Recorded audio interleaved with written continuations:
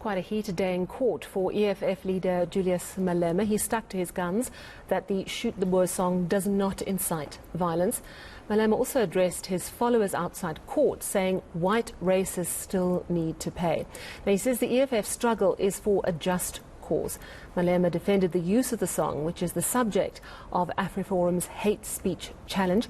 eNCA's Manqoba Mchunu was at the Equality Court today and joins us to give us the very latest. So this has been going on all week. Manqoba, Julius Malema was facing some tough questions today about the song and concerns that it could be linked to the murder of farmers. What did he have to say?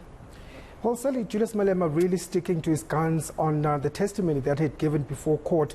Firstly, to say that the struggle song itself was not formulated by EFF, it was not founded by EFF, and in fact he says that as a party they'll continue to sing this song. And this is because he says that the song itself should not be taken in its literal meaning. He says that in fact, when this song is sung, it's just to communicate the sort of struggle that people are going through at the time. So it should not be taken literally as if it is an instructive song, as if it's a song that tells people to go and do a certain action. Of course, he says that his members are going to continue. He has denied, of course, singing it outside court in Senegal, saying that, in fact, they're looking for the wrong person if they say that he was singing that particular song. But when it comes to the issue of racism, because what really today was about Afriforum's lawyers trying to poke hole and to show Malema that he has no regard, in fact, for the killing of farmers in this country, and that simply he is a racist.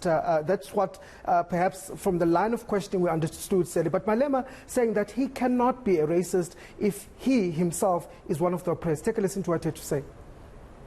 When the white people came here and took our land, they didn't come and take our land as an individual.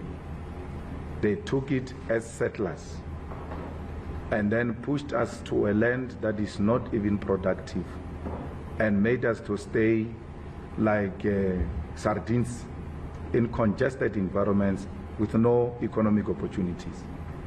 It is white people who must be ashamed of what they've done to us. You cannot turn tables now and want to blame me for the crimes committed by white people. It is a white regime that killed children in 1976. It is the white regime that killed children in the 80s and in the early 90s. It is white people who engaged in the wars of dispossession and forcefully took our land and our cows. Why can't you take responsibility? Why can't you for once just say sorry for the crimes we have committed against you? Why do you want to become victims when we are the biggest victims here? When we have lost everything? When we as black people remain a traumatized nation, a nation that doesn't know what the future holds for them. At least you are guaranteed the future. At least you know if it doesn't work for you here, you can go somewhere else. We've got nowhere to go. And then you come here and want to accuse me, a victim of racism, of being a racist. It's a huge insult, not only to me, but to black people. Madiba coerced us into reconciling with people who have never been one with. That was a myth. It is unrealistic. You can't reconcile if you've never been together. You never came here with an intention to be with us. You came here with an intention to conquer us, and we remain conquered. You're using this term "you," and this is detached from reality. You want to say that you, me, white people, are the same as people from 1652, from 350 years ago. You are the same. You want to say it's the same. You are the same. You are the same. All right, so quite unapologetic there in his views around the issue of land and also the dispossession issue. But also the matter of the pledge came up. Tell us what this pledge is and why he wouldn't take it.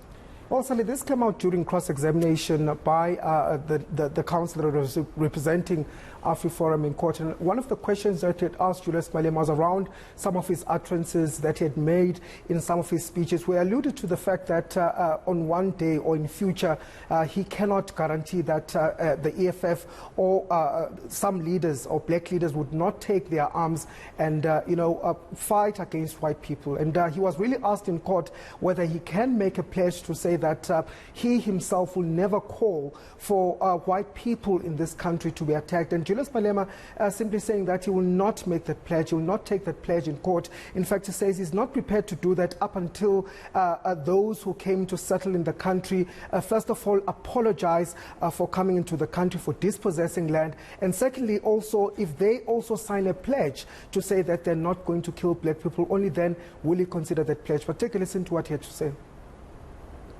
The way the sentence is structured, you say, we are not calling for the slaughter of white people, at least for now. That means at some future date, we may call for the slaughter of white people. Is that correct? Let's deal with that at that future date. I don't know what's going to happen. So you're saying you are not ruling out that in the future you may very well call for the slaughter of white people? It may not be me. Could it be you? It could be me, yes, but it may not be me. Yes, so it could be you. You could, at some future date, call for the slaughter of white people. What will necessitate that?